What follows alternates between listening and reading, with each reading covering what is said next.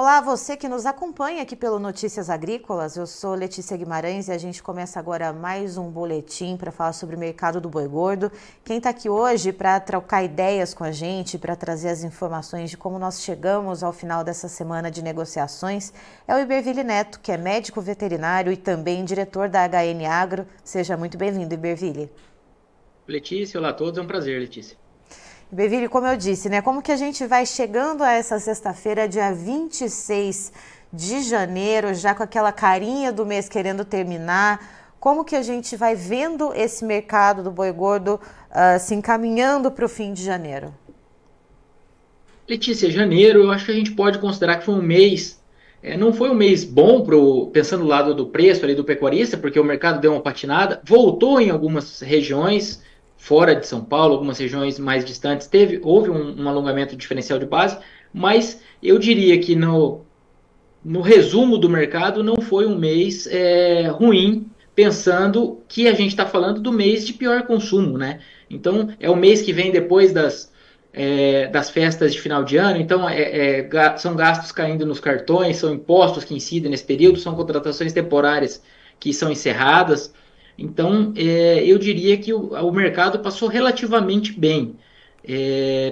Cedeu um pouco, os frigoríficos a partir da metade de janeiro encontraram um pouco mais de facilidade para comprar gado, então as escalas deram uma andadinha, mas elas não andaram a ponto de fazer com que o mercado virasse para queda. A gente está falando de um mercado, usando São Paulo como referência, um mercado que está trabalhando praticamente de lado, algum ajuste ali de 3, 5 reais, mas a amplitude acaba pegando os valores que ocorriam, acabam acontecendo praticamente os mesmos, uma média voltando um pouquinho, mas a gente está falando de um mercado, em resumo, sustentado, tá?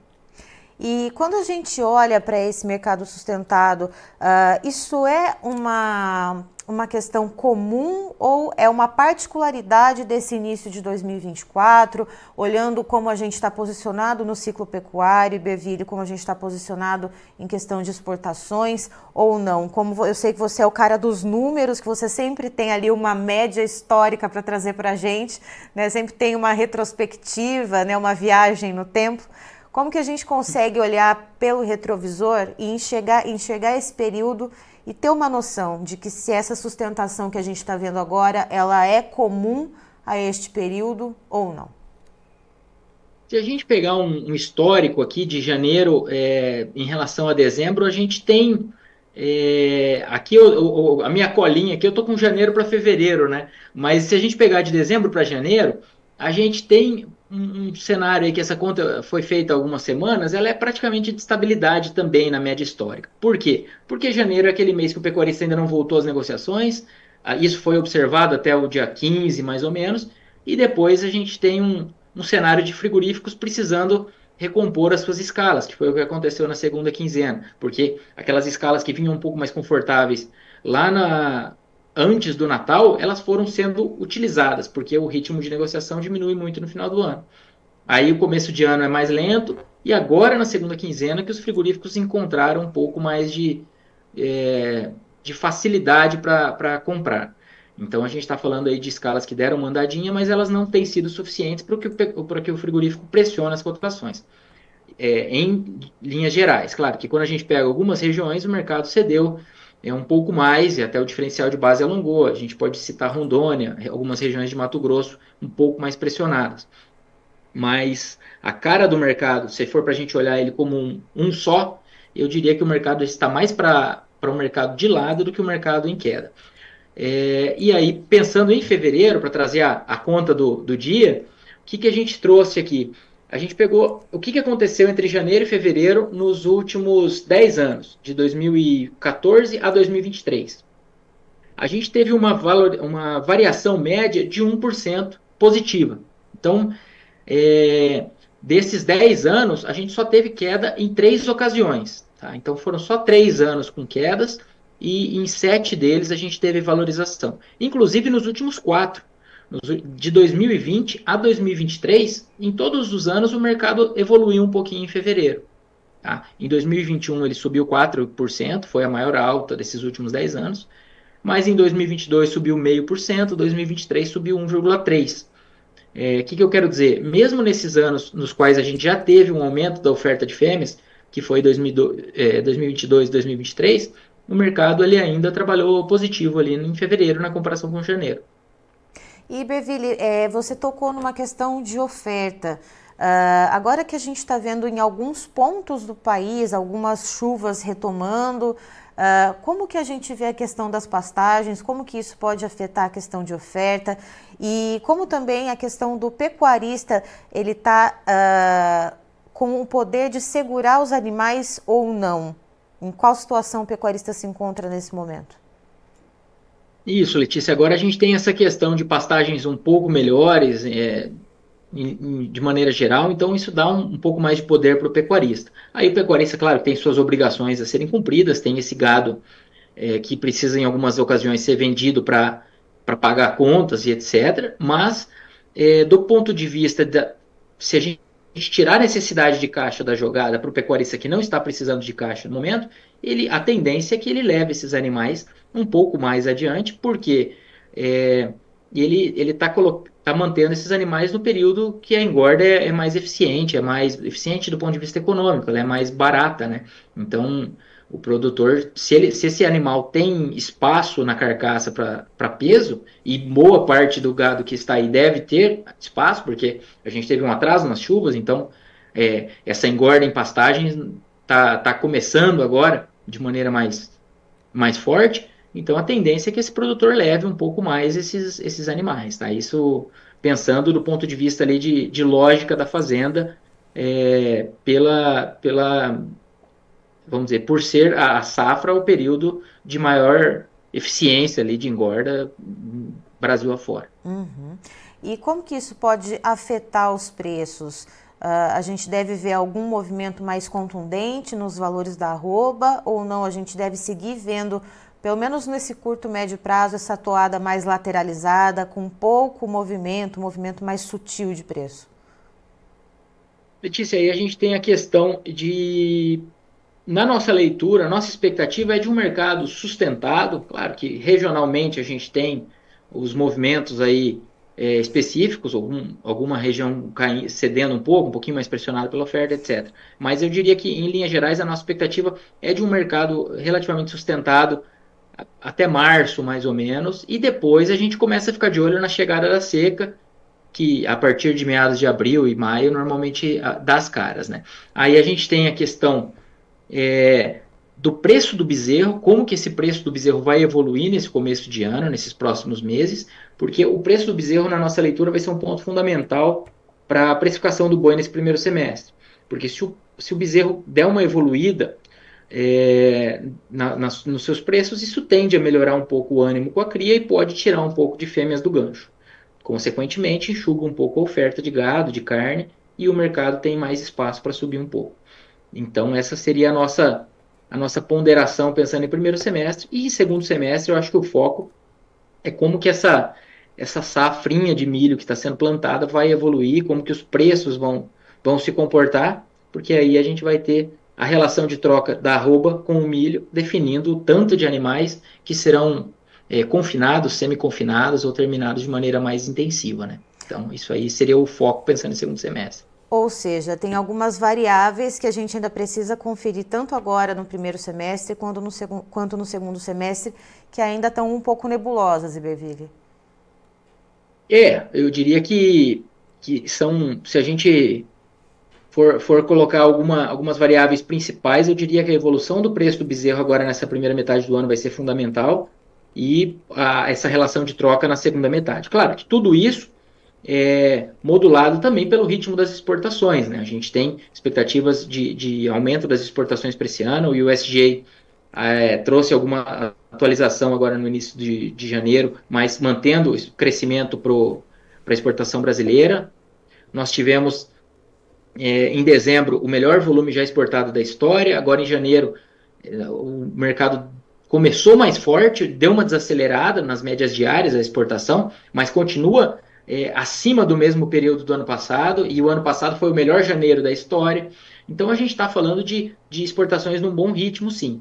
E Estados Unidos deve continuar com a oferta mais enxuta. Então, se as exportações continuarem como devem continuar segundo a nossa expectativa, segundo o USDA, segundo diversas fontes, é mais um ponto positivo. E aí, o consumo doméstico é a outra parcela da equação, que a gente deve ter um consumo mais calmo esse ano, mas eu diria que se a oferta de gado der uma encurtada, e aí eu não estou falando de uma oferta encurtando demais, né? Esse ano ainda não é aquele ano que a gente espera o mercado enxugando, mas uma oferta dando uma acalmada e exportações indo bem, na nossa visão não é o consumo doméstico mais morno que segura o mercado de avançar um pouco, tá? E eu estou dizendo avançar um pouco com bastante ressaltando bem, porque a nossa expectativa não é de um mercado explodindo esse ano, é de um mercado podendo evoluir, possivelmente no segundo semestre andando um pouquinho, mas o mercado não é aquele mercado mais explosivo, isso não está no nosso radar para esse ano. Ou seja, evoluindo um pouco mais no segundo semestre, mas muito mais amparado nas exportações do que no consumo interno. Isso, quando a gente fala de consumo interno, a gente sempre tem que. O consumo interno é a maior parte da nossa demanda, então às vezes falar que as exportações estão puxando pode ficar até um pouco estranho, mas é, nos momentos em que a exportação está mais forte, os frigoríficos precisam desse gado com maior urgência, isso acaba puxando um pouco o mercado. E quando a gente fala de mercado doméstico, o mercado doméstico ele é muito. Por ser tão pesado, tão grande dentro do nosso escoamento, ele acaba se ajustando. Então, se a gente tem mais oferta, o preço da carne cai um pouco e a gente consegue escoar no mercado doméstico, foi o que aconteceu em 2023. Então, o mercado doméstico ele é importante, mas as variações dele são mais relacionadas ao nível de oferta e aos preços do que propriamente a uma avidez de consumo muito grande. Esse ano as projeções apontam para alguma coisa em torno de 1,5% de crescimento do PIB, então claro que tudo isso a ser acompanhado, porque a gente tem um cenário fiscal completamente incerto, mas se a gente estiver falando de algum crescimento sutil aí do PIB, o consumo doméstico não deve ser um ponto negativo, frente ao que foi o ano passado. Alguma coisa aí na mesma linha, muito dependente de preço.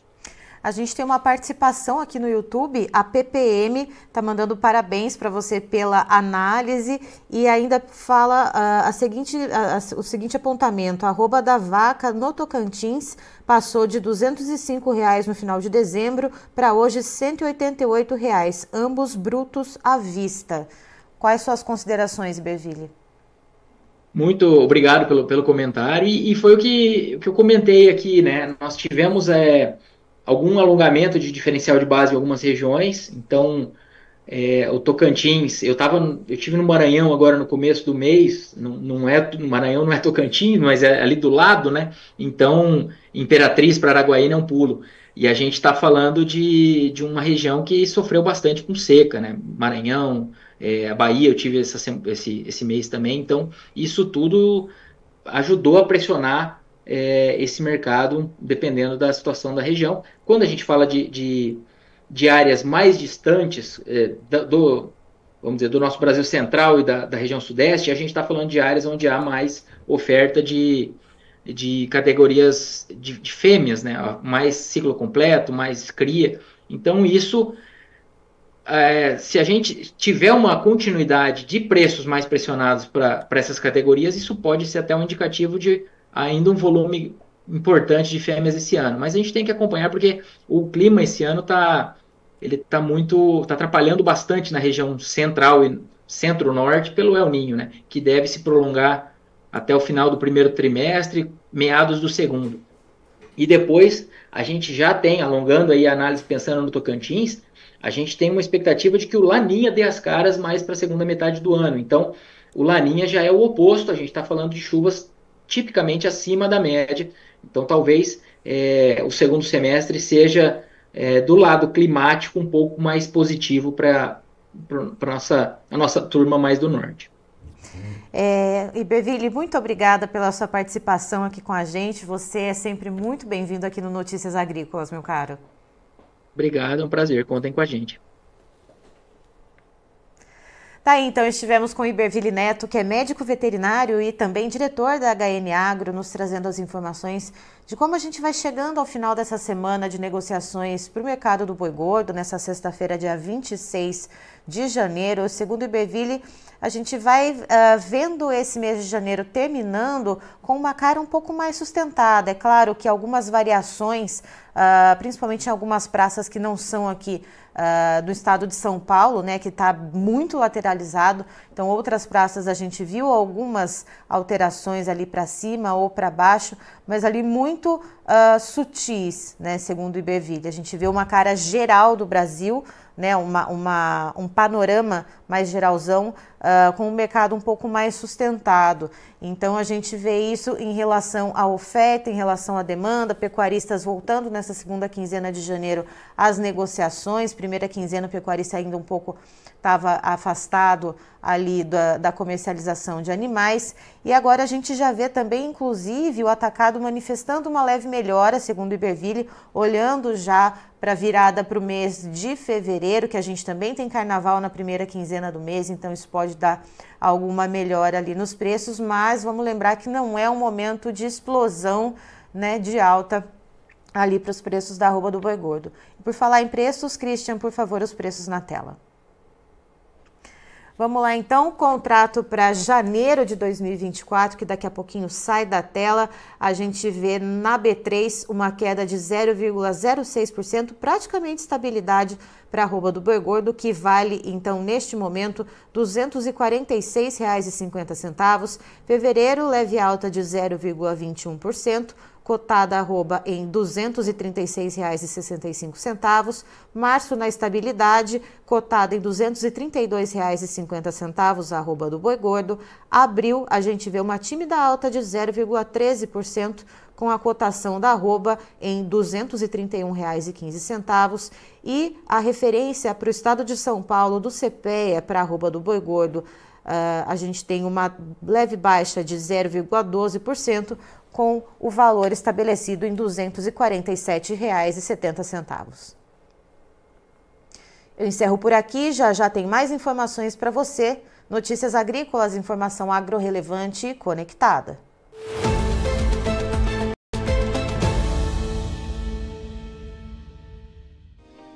Se inscreva em nossas mídias sociais. No Facebook, Notícias Agrícolas. No Instagram, @Notícias Agrícolas. E em nosso Twitter, @Norteagri.